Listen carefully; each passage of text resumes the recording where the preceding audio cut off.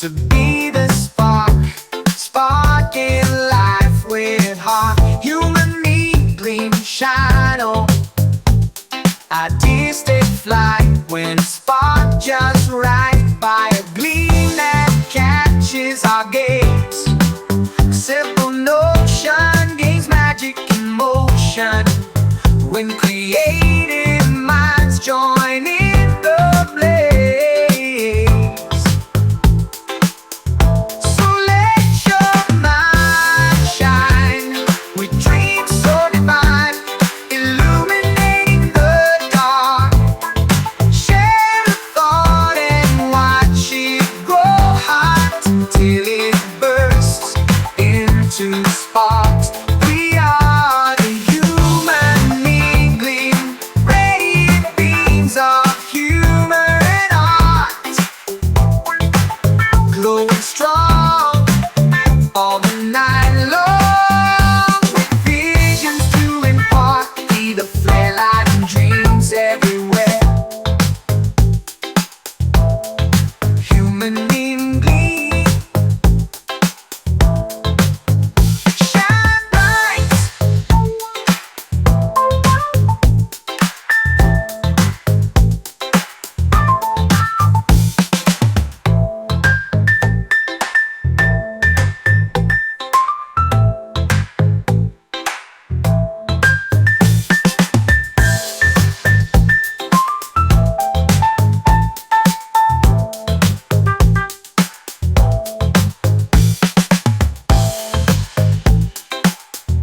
Human mingling, shine bright.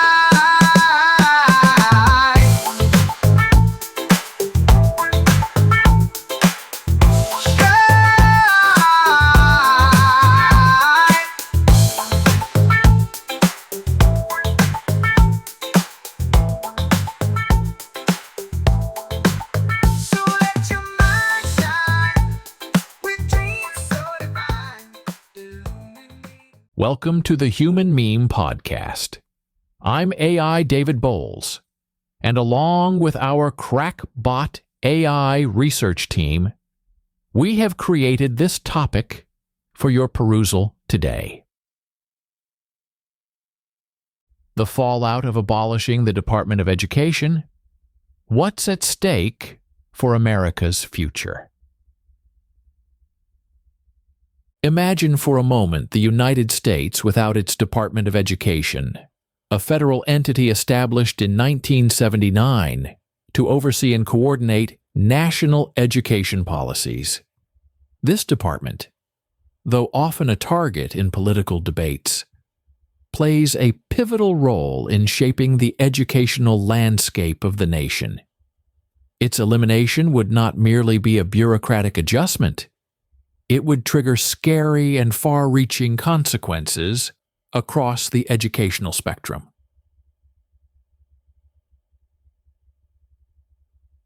The Department of Education administers a multitude of programs that touch nearly every aspect of education in the United States.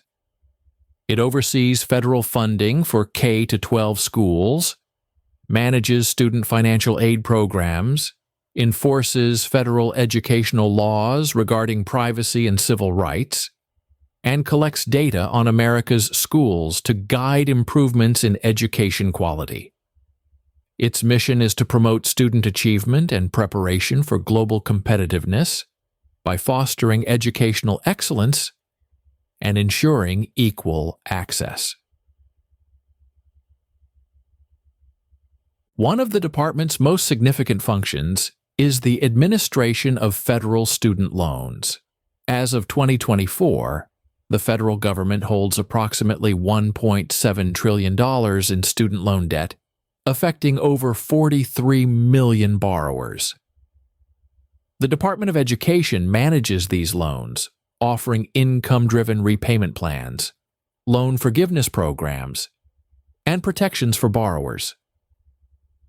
Eliminating the department would cast uncertainty over the future of these loans. Who would manage existing loans? Would new loans be issued? Private lenders might step in. but historically they offer less favorable terms and fewer protections for borrowers. The absence of federal oversight could lead to higher interest rates and more stringent repayment terms, exacerbating the student debt crisis. Federal funding constitutes about 8% of K-12 education funding, primarily supporting programs for low-income students, special education, and English language learners. The Department of Education allocates these funds through programs like Title I, which provides financial assistance to schools with high numbers of children from low-income families. Without the department, the distribution of these funds would be in jeopardy. States and local districts already grappling with budget constraints might struggle to fill the gap, leading to cuts in essential programs and services.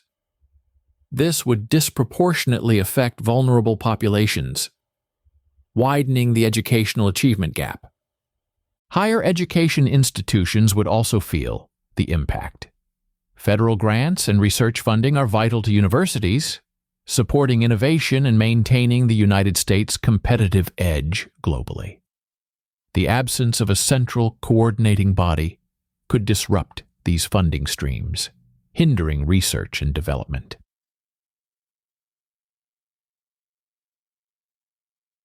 The push to dismantle the Department of Education often stems from a desire to reduce federal oversight and return control to states and localities.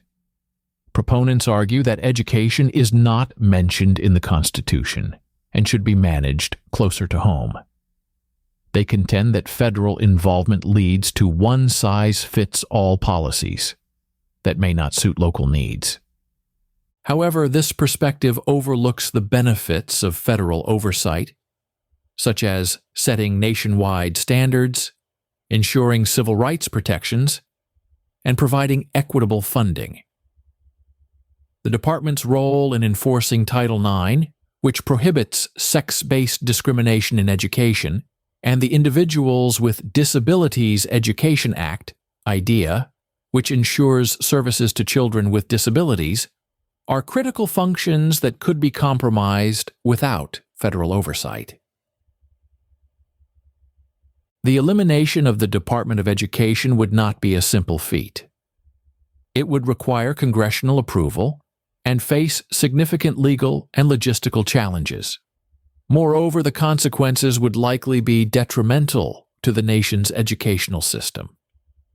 The loss of federal funding and oversight could lead to increased disparities, reduced protections for students, and a decline in the quality of education. The conversation doesn't stop there. Let's dig deeper into the cascading effects of removing the Department of Education. This isn't just about money or policy, though those are critical.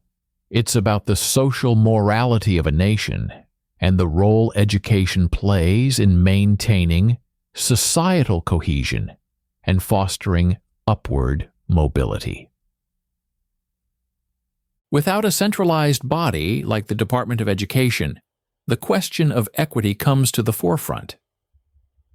Right now, education in the United States is far from equitable, but the federal government acts as a leveling force, albeit an imperfect one.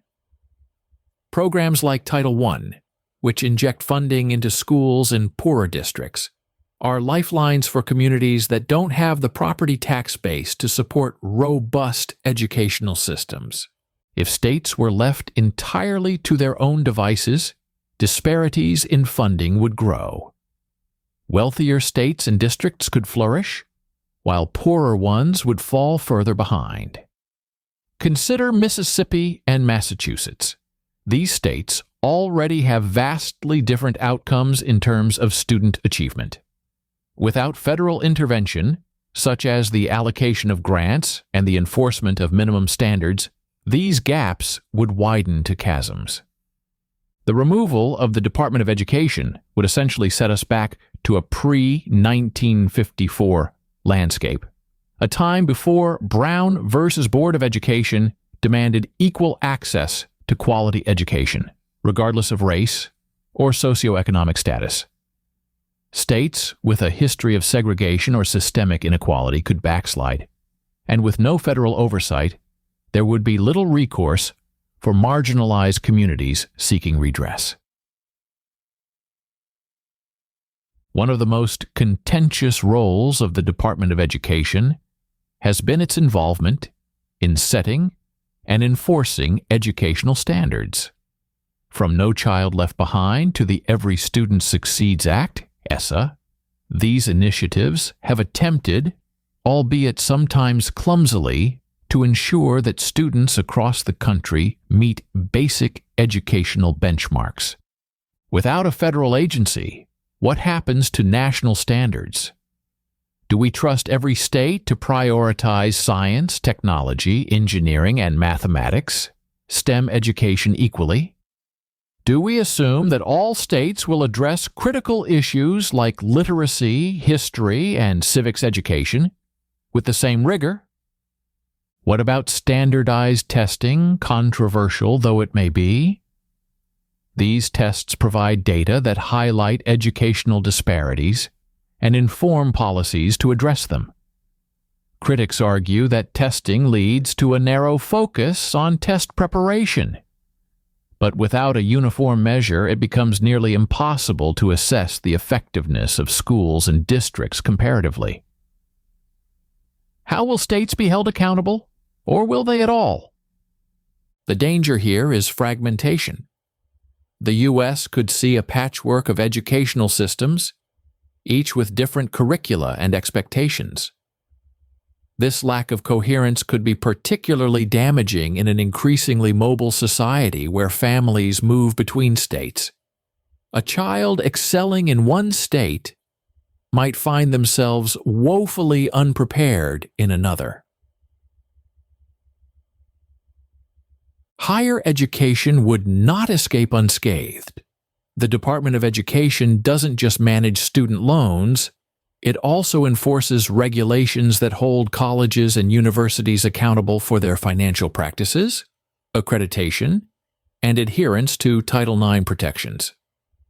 Consider for-profit colleges, which have historically preyed on vulnerable students, offering low-quality education in exchange for high tuition, and often leaving students with crushing debt and worthless degrees. The Department of Education has acted as a watchdog, closing down fraudulent institutions and providing debt relief to students who were misled. Without this oversight, the for-profit sector could expand unchecked, exploiting students and draining public resources. Furthermore, federal grants for research are vital to maintaining America's position as a global leader in innovation. If those funds were to dry up or be distributed unevenly, universities could face a crisis. Breakthroughs in medicine, technology, and science could slow, and the country could lose its competitive edge.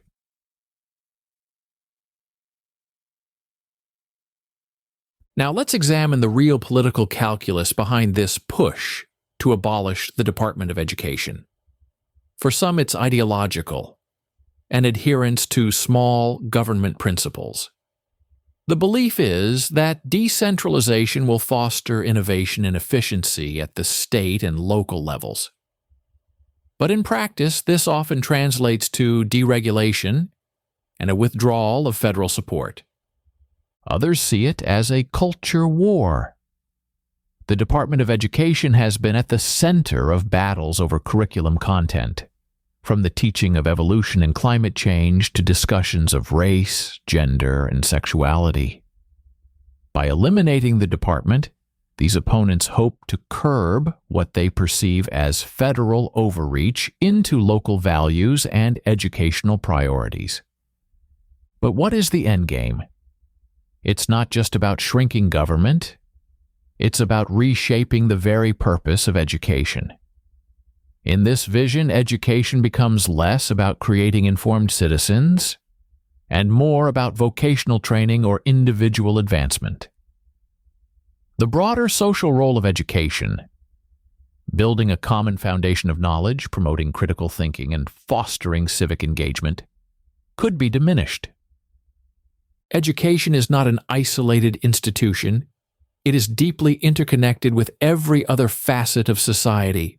When education systems falter, economic inequality grows. Crime rates can rise as opportunities shrink. Public health worsens when populations lack basic scientific literacy. Democracy itself suffers when citizens are not equipped to critically analyze information or participate meaningfully in civic life. If the Department of Education were dismantled, these ripple effects would be felt for generations. What happens when a nation stops investing in its future? When its citizens are less educated, less skilled, and less prepared to tackle the challenges of an increasingly complex world?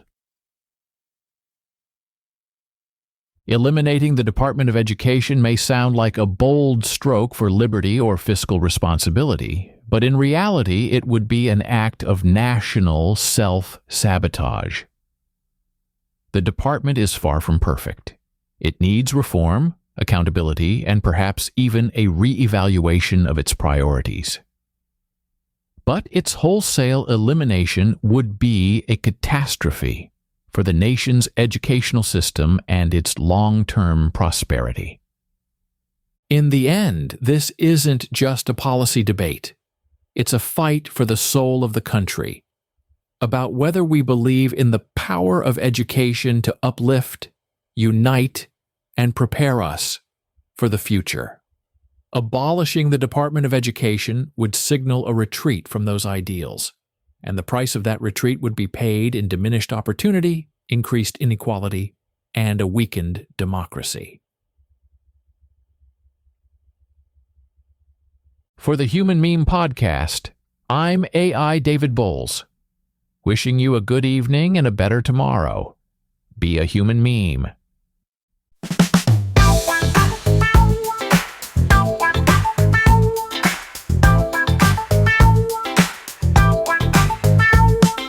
Life comes alive in the gleam of an eye when we share our thoughts and dreams. Reflecting like mirrors, our minds come together in the light of understanding, it seems. We are a human mingling, shining bright with every thought, learning to glow even when the world is low. With friendship and wisdom we're taught to be the spark in life with heart. Human mingling, shine on. Ideas take flight when spark just right by a gleam that catches our gaze. Simple notion gains magic in motion when creative minds join in.